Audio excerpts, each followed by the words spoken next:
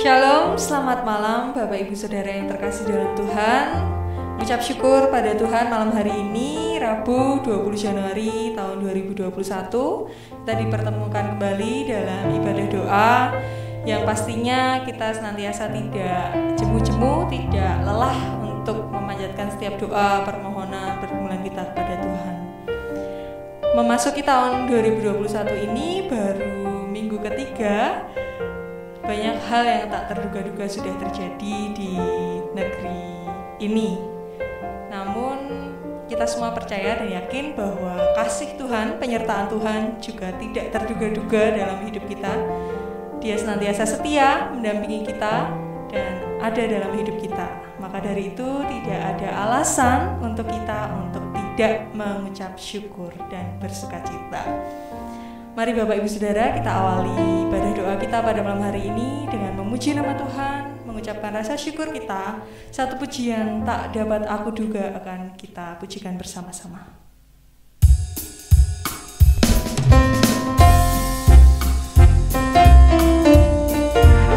Mari dengan penuh sukacita dan bersyukur kita nyanyikan pujian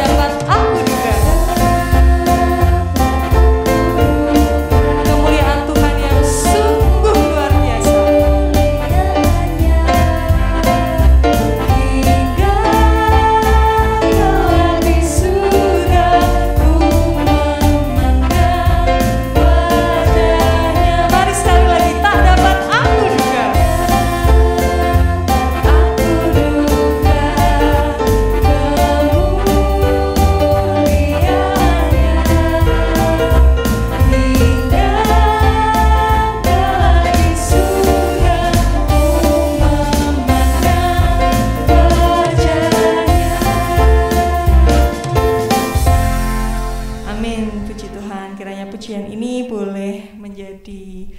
Sukacita dalam hidup kita, boleh menjadi kekuatan dalam hidup kita.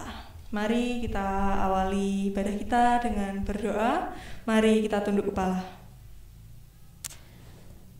Allah Bapa yang Maha Kasih, Tuhan kami Yesus Kristus, kembali kami datang Tuhan ke hadirat-Mu. Kami mengucap syukur Tuhan untuk malam yang indah ini. Kau masih boleh mengizinkan kami, mempertemukan kami dalam ibadah doa malam hari ini Tuhan. Kami siap untuk memanjatkan setiap doa dan pergumulan kami, juga kami siap untuk Tuhan taburi benih firman-Mu.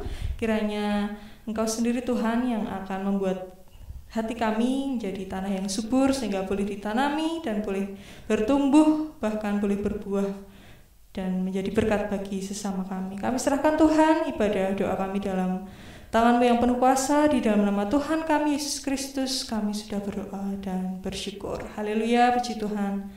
Amin.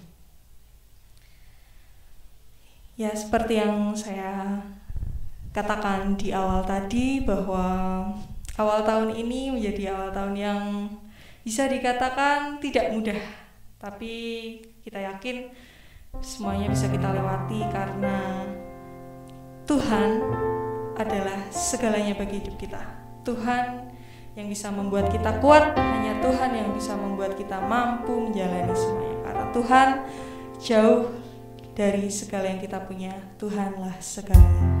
Kaulah segalanya akan kita pujikan dalam hari ini. Mari pujikan pujian ini dengan penuh ucapan syukur.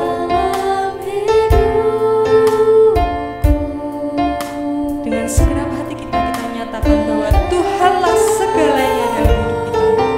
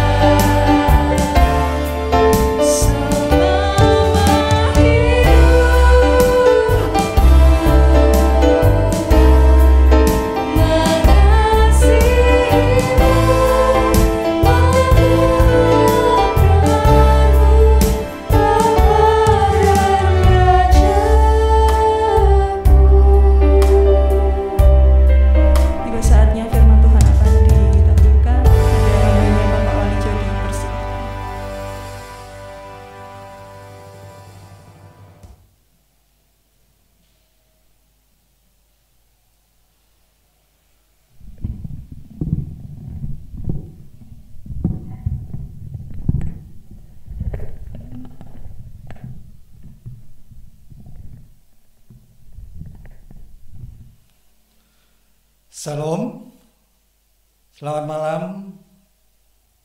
Apa kabar Bapak Ibu Saudara Puji Tuhan, kalau semua baik-baik saja. Kita bersyukur jika malam hari ini kita kembali ada dalam persekutuan. Yang malam hari ini persekutuan doa. Jadi sebelum kita akan berdoa, kita akan merenungkan sedikit dari kebenaran firman Tuhan. Bapak Ibu Saudara, judul dari renungan malam hari ini adalah menjadi anak yang tahu diri. Bacaan dari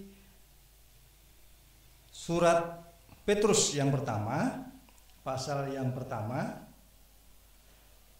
ayatnya 13 sampai dengan 25.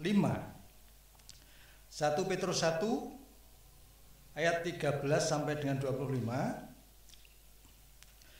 Saya akan membacakan ayat 17 sampai 19 saja untuk Bapak Ibu Saudara semua. Demikian bunyi firman Tuhan. Dan jika kamu menyebutnya Bapa, yaitu Dia yang tanpa memandang muka menghakimi semua orang menurut perbuatannya, maka hendaklah kamu hidup dalam ketakutan selama kamu menumpang di dunia ini. Sebab kamu tahu bahwa kamu telah ditebus dari cara hidupmu yang sia-sia, yang kamu warisi dari nenek moyangmu, itu bukan dengan barang yang fana, bukan pula dengan perak dan emas, melainkan dengan darah yang mahal, yaitu darah Kristus, yang sama seperti darah anak domba yang tak bernoda dan tak bercacat. Mari kita berdoa sebelum kita akan merenungkan lebih jauh kebenaran firman Tuhan.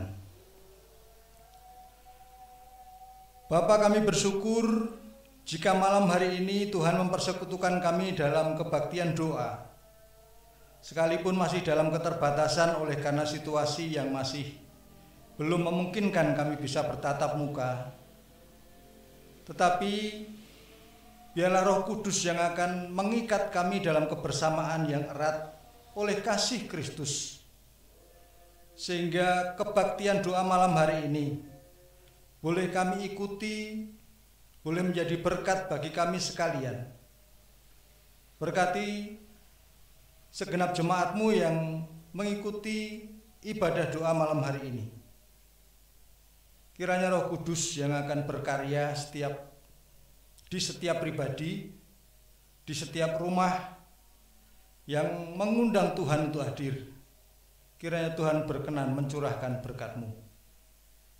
Untuk hamba-Mu yang bodoh dan lemah, terbatas, yang malam hari ini Tuhan pakai untuk menyampaikan kebenaran firman Tuhan. Kiranya kuasa Tuhan yang menaungi, sehingga hanya firman yang Tuhan kehendaki yang hamba-Mu sampaikan. Dalam nama Tuhan kami Yesus Kristus, Allah kekuatan hidup kami yang satu-satunya, kami berdoa. Haleluya. Amin. Bapak Ibu sidang jemaat yang dikasihi Tuhan, ada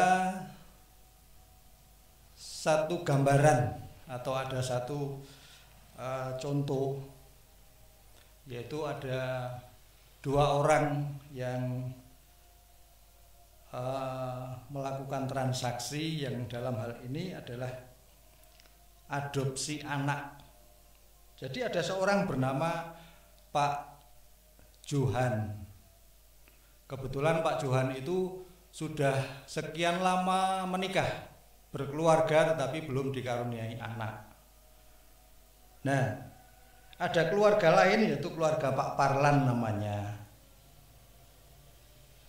yang kebetulan mempunyai 3 orang anak. Lalu di antara mereka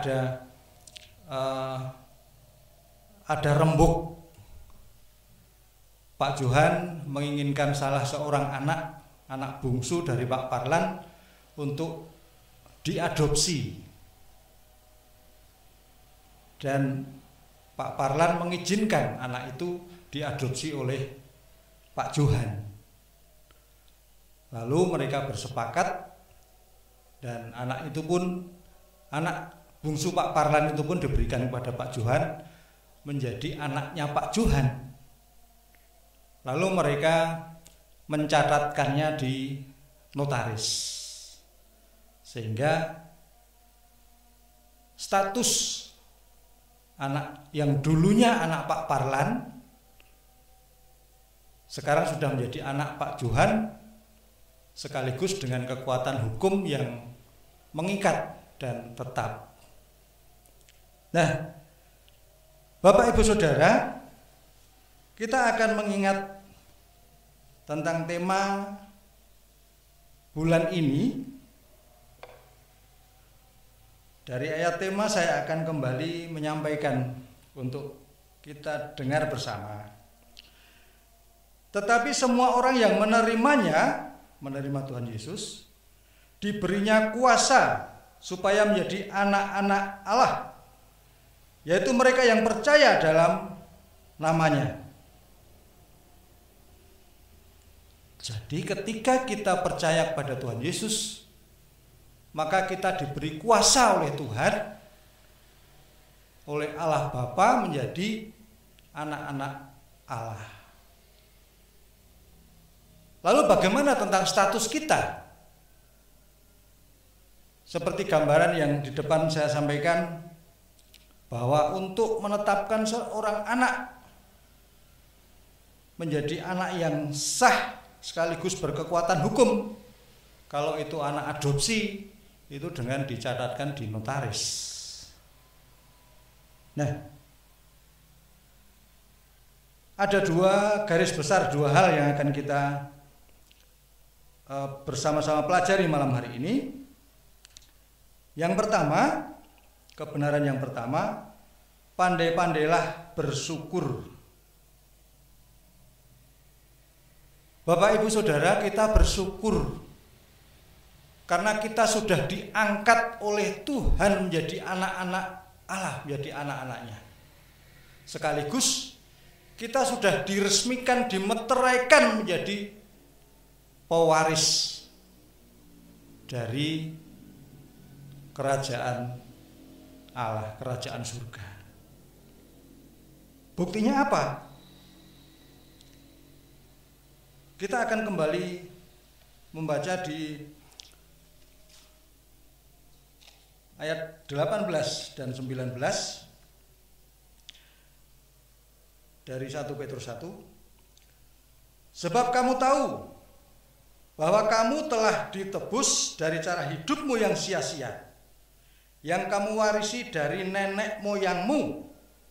Itu bukan dengan barang yang fana, bukan pula dengan perak atau emas, melainkan dengan darah yang mahal, yaitu darah Kristus, yang sama seperti darah anak domba, yang tak bernoda dan tak bercacat. Tuhan sudah membayar notaris, tidak hanya dengan harga yang mahal, tetapi dengan darah yang suci, dengan darah yang tak bercacat, tak bercela. Artinya pengesahan kita menjadi anak-anak Allah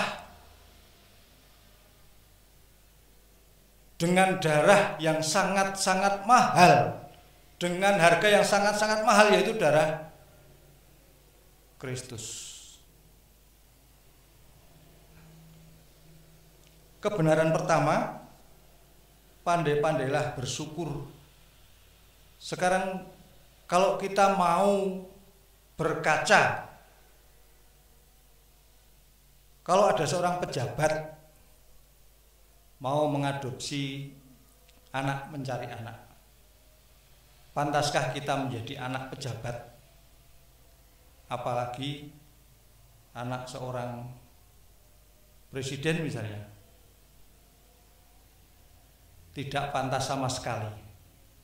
Tetapi kita yang tidak pantas, karena kita ini orang berdosa di hadapan Tuhan, kita ini gembel.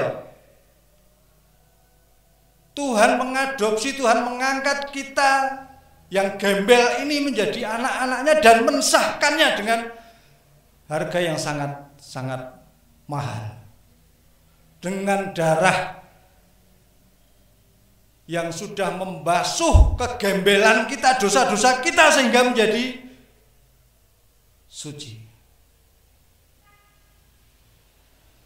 Maka kita sah menjadi anak-anak yang memiliki hak warisnya Tuhan.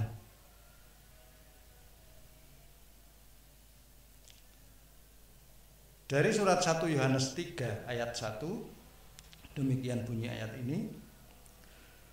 Lihatlah betapa besarnya kasih yang dikaruniakan Bapa kepada kita, sehingga kita disebut anak-anak Allah. Dan memang kita adalah anak-anak Allah.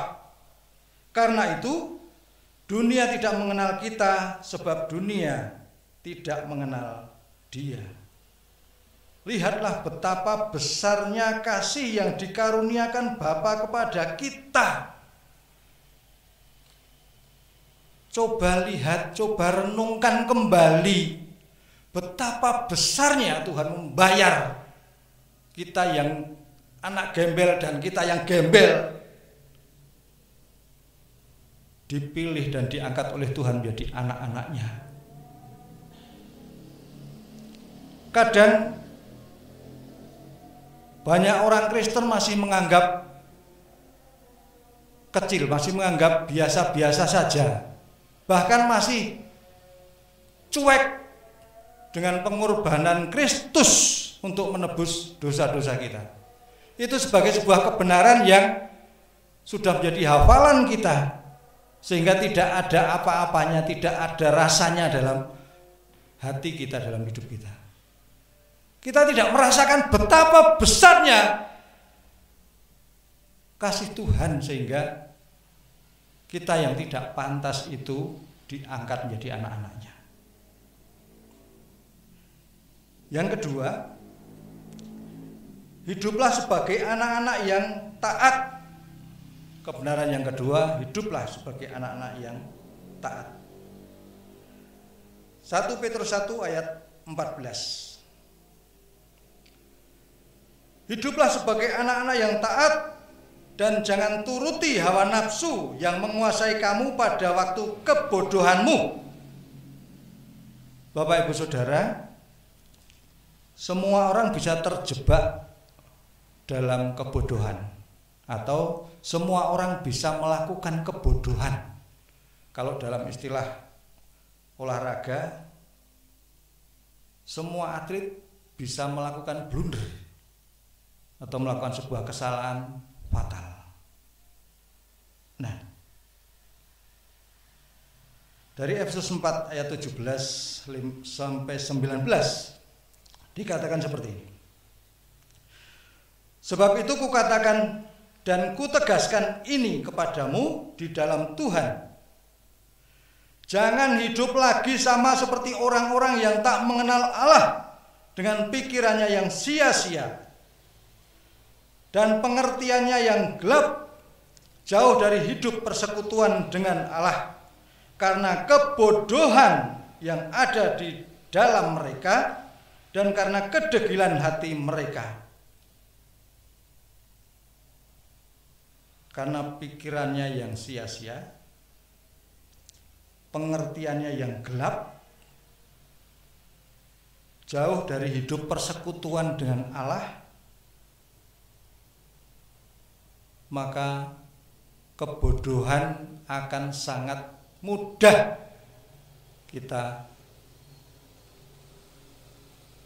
kita masuki atau menjebak kita. Perasaan mereka telah tumpul sehingga mereka menyerahkan diri kepada hawa nafsu dan mengerjakan dengan serakah segala macam kecemaran. Kalau seseorang sudah terjebak dalam kebodohan, selain pikirannya sudah dikuasai oleh keinginan-keinginan duniawinya, sudah dikuasai oleh hawa nafsunya, maka semakin hari hawa nafsu itu akan semakin mengikat dan semakin menjadi-jadi, sehingga dan mengerjakan dengan serakah segala macam kecemaran.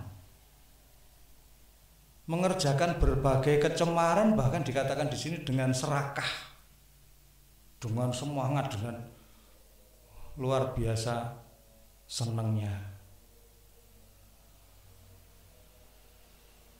Artinya sebenarnya kita sedang tidak berlaku sebagai anak-anak Allah. Atau kalau dalam firman-firman yang sudah disampaikan oleh hamba-hamba Tuhan terdahulu, bisa dikatakan itu bukan perilakunya anak-anak Allah, tapi anak-anak iblis. Karena hanya dua kemungkinan. Kalau bukan anak-anak Allah, berarti adalah anak-anak iblis. Nah, firman Tuhan malam hari ini mengingatkan kita untuk kita kembali merenungkan betapa kasih karunia yang kita terima dari Tuhan yang sudah mengangkat kita yang tidak pantas. Bukan kita.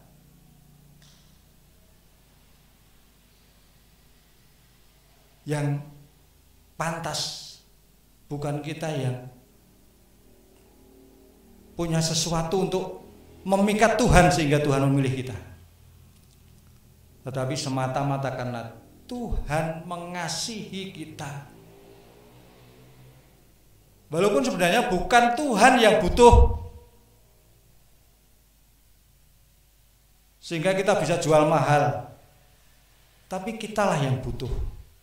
Kita membutuhkan Tuhan. Sementara Tuhan sudah mengulurkan tangan, sudah mengambil kita, mulung awake dhewe menjadi anak-anak Tuhan yang sudah disahkan dengan darah Kristus dengan harga yang sangat mahal. Sehingga kita sudah menjadi anak-anak yang sah, menjadi ahli waris kerajaan surga. Dan kalau oleh karena beberapa hal kita sedang terjebak dalam kebodohan kita, sampai saat ini kita masih ada dalam situasi itu, mari, selagi Tuhan masih memberi kita kesempatan, selagi Tuhan masih membuka tangan untuk kita kembali kepadanya, mari kita berbalik, kembali kepada Tuhan. Kita bersimpuh sujud mohon pengampunan kepada Tuhan, dan pasti Tuhan mengampuni dan menerima kita kembali. Sehingga kita bisa menjadi anak-anak yang pandai bersyukur. Segala hal yang terjadi itu berarti kehendak Tuhan. Kita syukuri. Dan kita juga bisa menjadi anak-anak yang taat. Tentu semua orang tua ingin anak-anaknya menjadi anak-anak yang penurut. Itu saja kita yang manusia, kita yang berdosa. Apalagi Tuhan. Tuhan mau anak-anaknya setia, taat, penurut.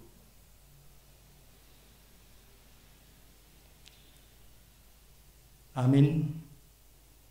Kiranya berkat firman Tuhan menjadi berkat bagi kita untuk kita terus menjadi anak-anak yang semakin layak di hadapan Tuhan. Mari kita berdoa. Kami bersyukur Bapa karena Tuhan sudah mengajar kami, sudah menegur, bahkan sudah mendidik dan membentuk kami menjadi pribadi-pribadi yang layak disebut sebagai anak-anak Allah. Walaupun sebenarnya kami sadar bahwa kami ini orang berdosa yang tidak layak untuk Tuhan selamatkan. Ajari kami untuk terus bisa bersyukur dan bersyukur atas segala yang Tuhan kerjakan dalam hidup kami, atas segala yang Tuhan rancangkan dalam hidup kami, atas segala yang Tuhan berikan kepada kami.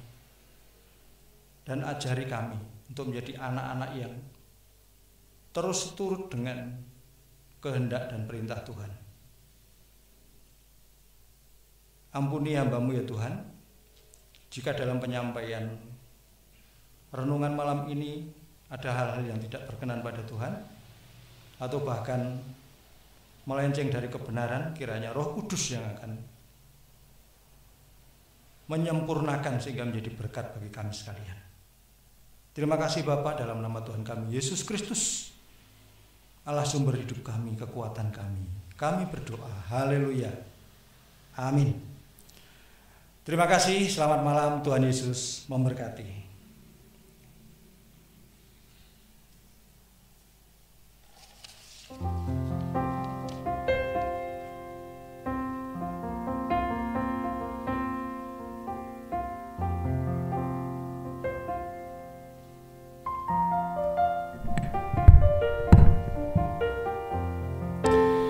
Puji Tuhan, benih firman Tuhan sudah ditaburkan, kiranya boleh menjadi rema dalam hidup kita, juga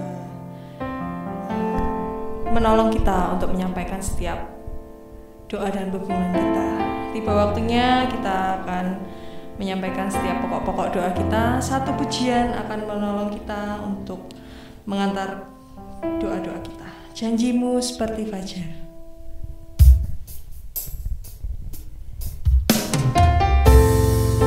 Mari kita siapkan hati kita.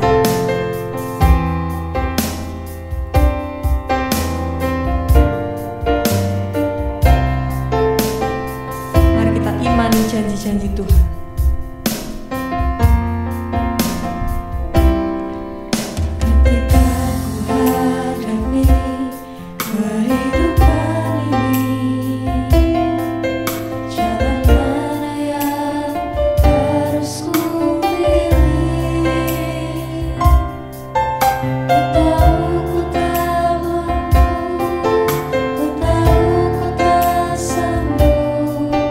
Hanya Kau Tuhan.